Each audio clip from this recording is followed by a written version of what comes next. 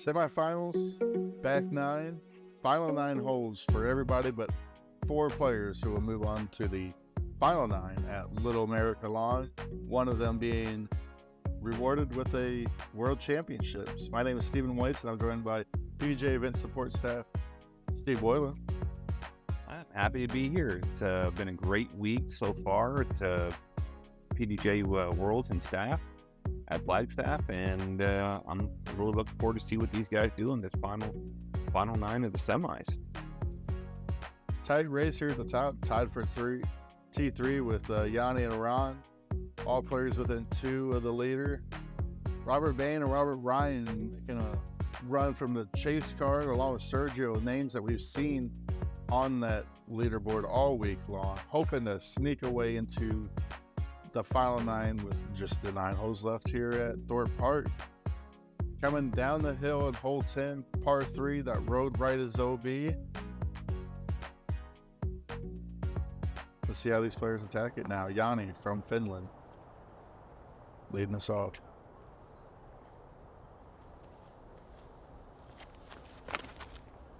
There's the Steve Boylan route right there. Wide right. Well, unfortunately for Jani, it doesn't quite work out on that one, but he'll probably have a pretty decent look at it if he gets some distance down there. It's coming in hot. It's needing to hit. Yeah, okay. If that would have flared Skip, he could have been flirting with the OB, but just kind of hit the ground and stalled. There's a lot of rocks. This is a real the surface is real rocky, so there's a good chance that a lot of times you're going to hit something and when it hits the ground. But that could also be bad from the aspect that you might get a kick or something that you just wouldn't expect off of the ground. Yeah, somewhat back to well, look at this shot here. That's everything that has to set to or come back. That's gonna be close. He's flirting with the OB. He stayed in. Yeah, he's well with the circle. He's inside the circle. So, this may be making of a really nice opportunity here for Ron.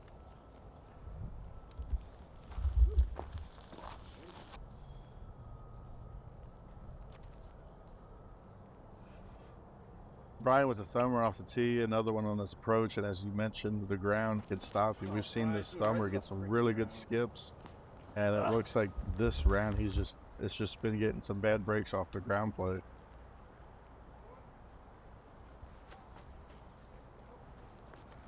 Chris had a good bid from out there. Yeah, little jump putt, step putt.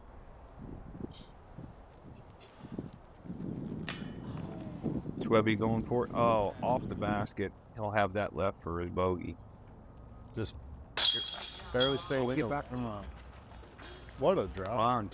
From the knees, gets up after that, really hits this birdie. The only birdie on this in the semis for this division. What a great shot. And Jani was OB there. Jani was OB, so he ended up taking a penalty, and then also missed the shot from the OB. So this may cost him a little bit here, but he was 4 down going into this back 9, so he's still looking pretty solid overall. Chris is disappointed about not getting that one in because he really wanted. It looked like he really wanted that jump putt. Your favorite disc is unreachable. How will you recover? Have no fear. Introducing the ARM Augmented Reaching Mechanism. Providing players with over 21 feet of reach, users will face no challenge retrieving trapped discs in nearly any scenario. For further flexibility, the ARM comes with 2 grabbing devices, the pivotable rectangle and the double claw. Go to your local retailer and ask for the ARM today.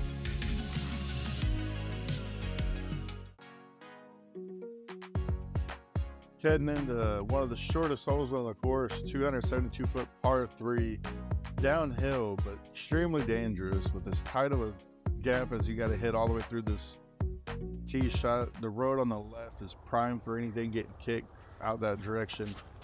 Ron, the only player not to finish the front 9 with the birdie, leading off huge birdie on hole 10, and really just that was a Solid throw going long of the basket though with that late tree kick. Staying in bounds. This hole is tricky. Just tricky. You know, you have to have, you know, you're asking these players, like I said earlier, to throw hard on a lot of these holes, going uphill 330, 401, downhill 4 plus, and all of a sudden you bring up a 270-foot hole that's really tight, and you get the road OB all on the left, and you say, all right, throw something gentle, throw something with finesse, and these guys are good, and they're doing it. It's just, wow, what a contrast on some of these other holes. So Jani, that's high, and it's so clean. That's going to be so far past it. Running up on the next hole. it's like he's in hole 13's fairway. Yeah, they have a good putt on 13's basket, but that's going to be tough coming back with that gap that he somehow found through those trees. It's going to be tight coming back for the putt, as you can see here. A lot in the way.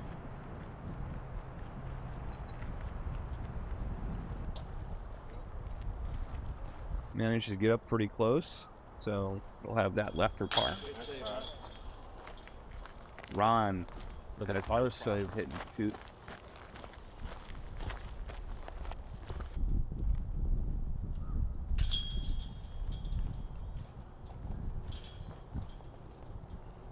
Good scramble for Jani. As we see players in the background teeing off on hole 12. Schweberger was just waiting his turn. This is for a birdie putt.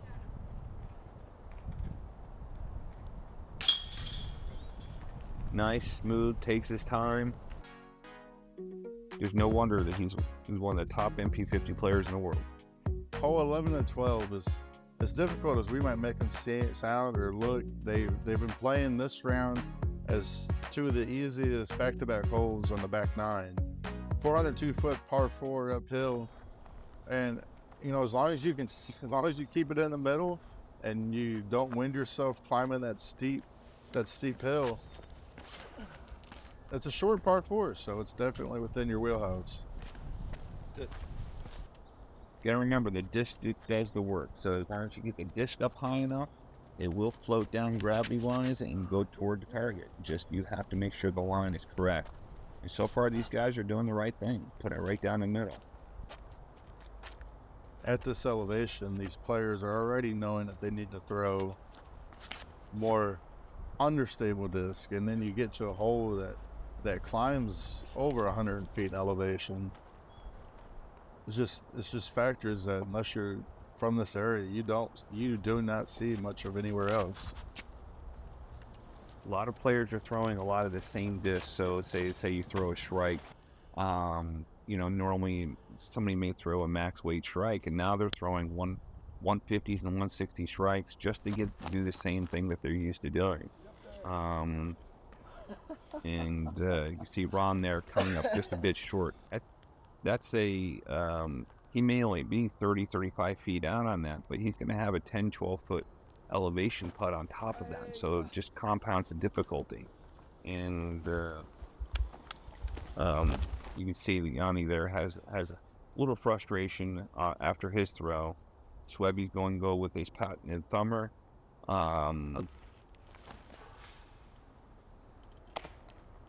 Put some extra juice on it, gets a skip. He's still come up a little bit short. It's not unusual to be short on this. You want to be past the basket slightly because it will filter back down. Just like that, it's got to sit there. Chris had no problem going past it, and hopefully this sits down really soon. All right. Rock did help him out. I can imagine if it picks up speed, it can go over anything, but he's got a fluid putt. Probably one of the longest rollaways we've seen all week on any of these courses. Just so much stuff on the ground at both courses that it's hard to get a terrible rollaway, which is good for the players. Jani giving bid, flashing out left side of the basket. Chris's rollaway leaving him still within circle though. These guys are within circle, but putting well over their head. Yep. So, very nice fluid putt. Schweber's feeling pretty good. That's 2 in a row for him. And with hole 13 looming next. Brian getting back on the board Chris, I'm sorry, yeah, Chris getting on the board for the first time this back 9. Didn't let that little roll away bother him too much. He went in there and just put it in. It's like, all right, no big deal. Part of the game. Jani, who shot 4 down to the front 9 now, coming into this back 9 with no birdies yet, so he's looking to get on the board here.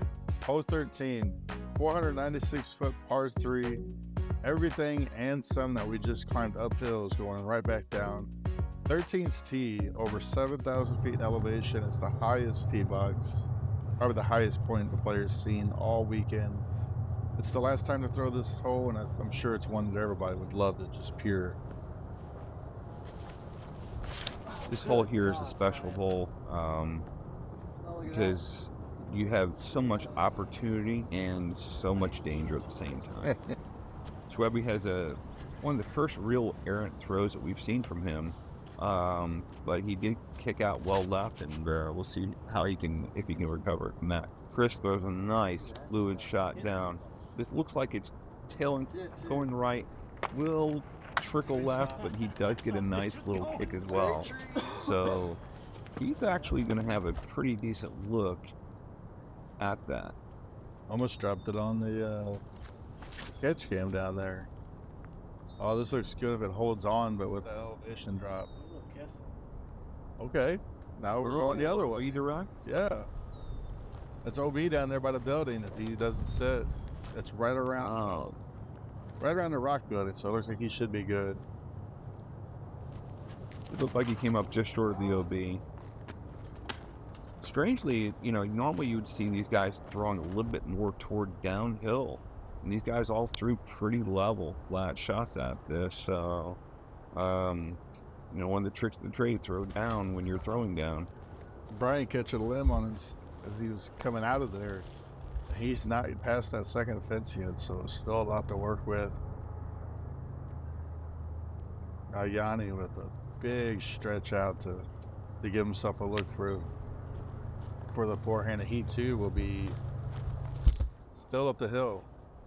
Yeah, Jani's original throw, looked like it went a lot further, so I was a little surprised to see him back that far. Schweberger throwing again. This time he uses his thumber and gets a nice little skip, gets well within the circle, so he'll have that left for a bogey. So when looking for the tee box, Jani's now in those trees to the right, way out here, and it looked like he didn't really have a look from that far out, just kind of tossing out a hyzer around everything to get close to it. We can see Ron, who's within 5 feet of that OB off of his tee shot. Which was I take the inside route. He takes the inside route on that putt. Kudos to him for a lot of people are just throwing it out, trying to get up and down for that par. And Chris is going for this birdie. Oh, just comes up a little bit short. It's one of those ones you just want back because you're like, man, I can hit this over and over and over again, and then your excitement of getting close on a really difficult hole sometimes can get you. Schweberger cleans up. Yeah, him and Jani cleaning up their bogeys, and Ron out for par.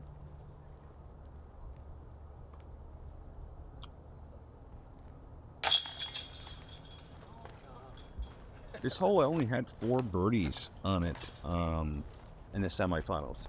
John J.T. Thompson from, I think he's from Kansas area. John Melms, Mike Mosier, we talked about him quite a bit. Of course, Sergio Celis. So, good quality throws. That's one of the harder holes to get a birdie on because it's so downhill and so much of a finesse shot as well. Now we come to a hole that played exactly even par as an average for this round of semifinals. Remember, it's not the full field playing it, but it is still the top of the field, the best of the week. What was the cut line? 26, you were saying? 27. 27. I know, out of 66 players, I believe. You got a slightly uphill turnover for right to left. I mean, for a left to right shot. And you can see Schweberger there just powering through his thumber to get up there close. Then you'll have a putt at that.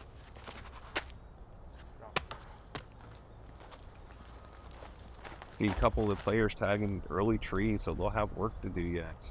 Jani's one of them. This log right here can sometimes get you really bad footing.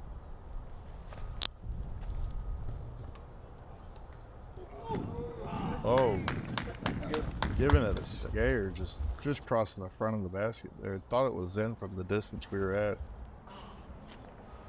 Tough upshot from Ron, throwing uphill, trying to get something that it has to shake back to the left, or else you do what he did, fade it out. And once you're right of the basket, you're below it again. And he chains out on the left side, so Ron will have to settle for a bogey on there. Chris with a nice putt, a little bit of fist pump there. He's getting really excited about this. He knows he's in this final stretch here. Schwebby with another birdie. Schwebby on the back nine has been pretty consistent, so nice to see it. Yeah, through 15 now. Tris is 2 down on the back nine. Schwebby's 1 down. So they're right there, but with Chris having just a couple strokes lead going into the round, he's doing what it needs to be done to maintain the league, not pushing anything, not getting too aggressive, and giving himself the looks and capitalizing on them when he can. He's played a clean semifinals now with no bogeys. The only player on this card that has yet to bogey this round. Well, that's why he's in the position he's at, man. It's beautiful to watch him be able to maintain and be able to grow. And Jani's shot there, wow, 311 feet uphill, par 3. There's rocks all around that target, so a lot of times you can get a strange kick, or just it'll get you to stop right there.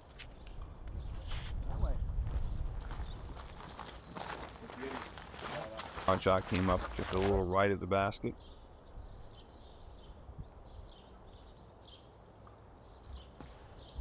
This hole played pretty easy overall as a 2.7 with not many bogeys on it. I think just a couple bogeys on this today. 4% of the 27 players. So basically one of the players bogeyed it and everybody else either parred or birdied it. You see a disappointment there with a missed putt from Chris. Jani, go ahead. He cleans up his birdie. And then Ron and everybody else will clean up their part. And Chris trying to string some together. He's gone birdie par for the last few holes. That would have been a way to get off of that run there. Put a couple birdies back to back, but still, no harm. Only giving up the one stroke to Jani. Well, number 16, 350 feet, par 3. Hyzer shot for a righty at the end of this log, raised target. See, the wind is not blowing too bad. The trees aren't moving, and Jani is first as well.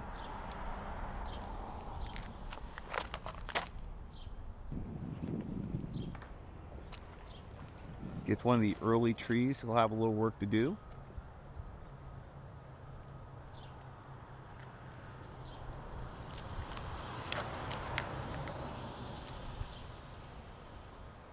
Chris puts it right down through the middle. Has that look well within the circle on that raised basket for the birdie opportunity. Great shot by Chris.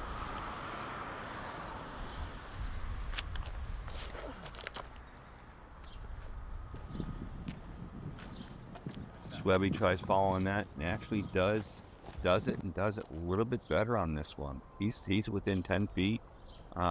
Should be a shoe-in for him for that birdie opportunity. Ron says, I want to follow those vapor trails, and pretty much does the same thing. Well within the circle, and we have 3 people putting inside the circle. Looks like Jani's going to have to have a little bit of work here to get the birdie, but he may settle for that par, as that a raised basket can be an issue. Underneath the log, so he may have to pinch his foot underneath there, and might be a little bit of a stretch to go try to throw uphill. Putt by Ron. Ron tagging it. He's been a little disappointed hitting some early trees, and a couple of holes ago he took a bogey, so great to see him get back on that birdie train. Really playing it smooth, gets a nice putt. It's also in. Looks like 3 of our 4 players in a game. Lift up. Yeah, 3 of our 4 players for the birdie. Jani straightening out, has to put a foot just about underneath that log there. This is not an easy putt. No, we stretch out. We've seen Yeti round 1 that had a similar putt, and that log with how thick it is, how big it is, kind of getting in the way of that putt, of the putting motion there. You got to really make sure you get out over top of it. Schwebby doesn't take too much time on that one, and sends it home.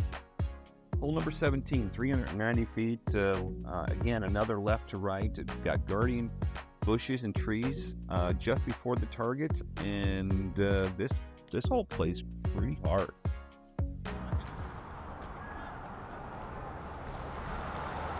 Get the OB line down, approaching close to the basket down that right side. Haven't seen anybody go out of bounds yet. It's a tough spot to get to the basket. Ron had a really great drive round 3. If you haven't seen it, you know, the PDGA put a highlight of it. He put it within 12 feet of the basket. I had the pleasure of playing with Clint McClellan, and Clint actually birdied this during the semifinals. He also played it about 12, 15 feet away. Right side is kind of a hard thing to recover from. Not totally impossible, just a little bit harder. So most of the players are trying to stay left if they can. That's a good fluid, smooth line. If he gets up fast, he'll have a clean look at the target. Yeah, that should give him a look. You can see Ron's approach shot, absolutely masterful. Going up over those trees, getting that just to stall and then stop next to that target without going too far. It was beautiful. Chris's approach, and that's a downhill putt that he has from over there. Not only from his knees, but just the way the hole shifts. Yeah. If you're on your knees with all these rocks and everything, and you're not typically thinking make it. You're typically thinking make it close, and that's exactly what he did. Schwebby with his par putt. Guys are all going to clean up for pars, and Clint was the only birdie on this hole. For this second hardest hole of the round. Hole 5 being the hardest hole and being the only hole that didn't see a birdie. So good job for Clint there with that on 17.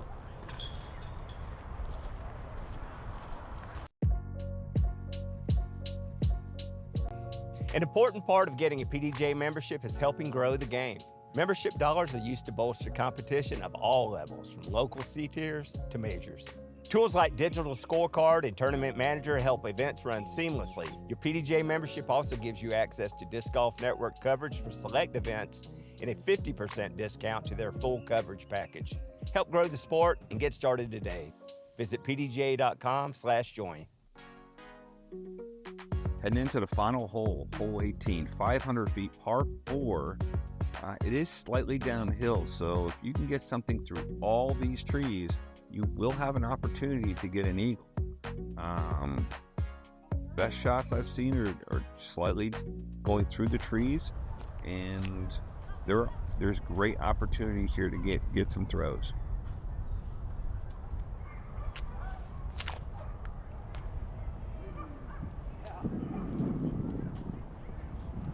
Chris goes a little bit right, but gets through 90% of it. So he's going to have a fairly easy approach shot from that right side over by the building. It definitely should be able to get up and down from over there for the birdie. Brian throwing a really, well, up to that point, a really clean drive, but he too not in a bad position. And once you get to that road, it really opens up, and being able to scramble for the birdie is much easier than if you were just short of that road. Ron too. These drives coming in high. Ron getting it far enough left that he'll have a long look at an eagle, but it won't be easy. It probably won't be a putt, but he'll be able to see the basket clearly over there. And Jani last to tee here. He too throwing high, and that's going right over the top of where Ron's disc went. Hope I didn't speak too soon for Brian, as he's further right than I thought he was. He did clip a tree, and he does have he's got a long putt for the birdie opportunity. Ron goes and lays it up. Smart play there. Oh, that was a good bid. That was a jump out there from Ron. I mean, getting past the basket like that. Jani too doing the same thing. Both players just going about 6 to 7 foot past the basket here. Making an eagle run at it, but have to settle for a birdie on that.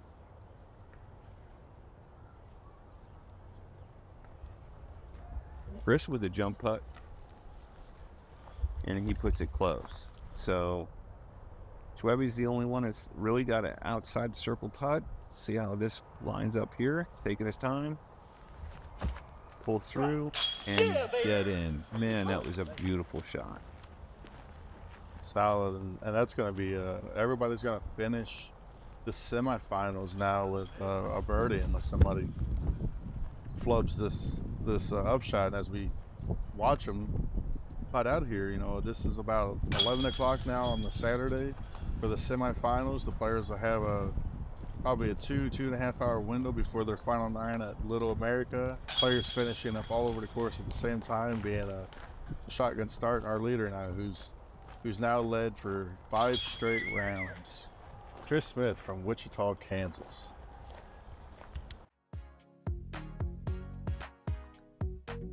Chris ends up being 29 down out of all the rounds so far. Brian Schweberger now is 27.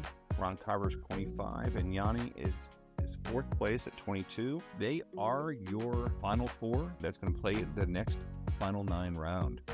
Robert Ryan shot really hot at 6 down, but he just came up 1 throw short. Sergio Celis also came up 1 short. Robert Bainbridge shot 5 down. Once again, final 9 coming up. Thank you all for watching the semifinals and all the other coverage. Can't wait to see how this finishes up. Thanks, Steve. My pleasure.